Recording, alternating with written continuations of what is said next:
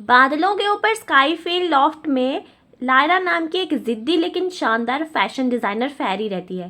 Lyra की आंखें बड़ी बड़ी, बाल लेवेंडर कर्ल्स जैसे और उसकी जादुई मशीन स्टिच सोन बादलों से पावर लेती है।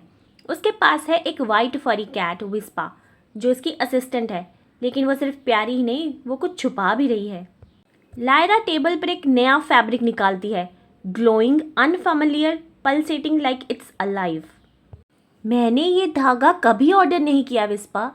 विस्पा पीछे से धीरे से उसकी पूंछ से धागे को छूती है और फैब्रिक में से एक तेज चीख निकलती है। ये देख के लायरा चौंक जाती है।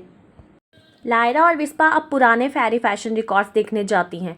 वहाँ डस्टी किताबों और स्क्रॉल के बीच उन्हें एक पुरानी फोटो मिलती है जिसमें वही धागा एक मिसिंग फैशन फेरी के हाथ में था, जो सोलेना जो 200 साल पहले गायब हो गई थी। विस्पा अचानक हड़बड़ा जाती है और अपनी आंखें बंद कर लेती हैं जैसे कुछ छुपा रही हो।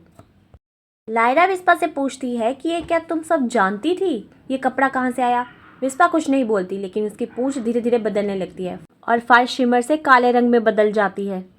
लायरा अकेले नए गाउन पर काम करना शुरू करती है, लेकिन जैसे जैसे वो उस धागे से सिलती जाती है गाउन में से विस्पर्स निकलती है, सेट मी फ्री। लायरा पीछे पलटती है तो उसे विस्पा नहीं दिखती। उसकी जगह खड़ी है एक हाफ शैडोड फेरी सिलहाउट। उसके पास विस्पा जैसी पूंछ है। तुमने मुझे जगा दिया लायरा, तुम्हारी विस्पा कभी थी ही नहीं, शैडो फेरी लायरा से कहती है। लायरा एक्सीडेंटली फैब्रिक के अंदर खींची चली जाती है, एक अंदर की दुनिया में जो थ्रेड्स और शाइनी स्टिचेस से बनी है। लायरा के सामने एक पुराना दृश्य उभरा। एक और परी सोलेना वही धागा इस्तेमाल कर रही थी और विस्पा उसकी बिल्ली थी। लायरा समझ गई ये धागा सिर्फ कपड़े का नहीं, किसी भूली हुई कहानी का टुकड़ा था। जब लायरा वापस आई तो वो ड्रेस अब पूरी हो चुकी थी, लेकिन विस्पा कहीं नहीं थी।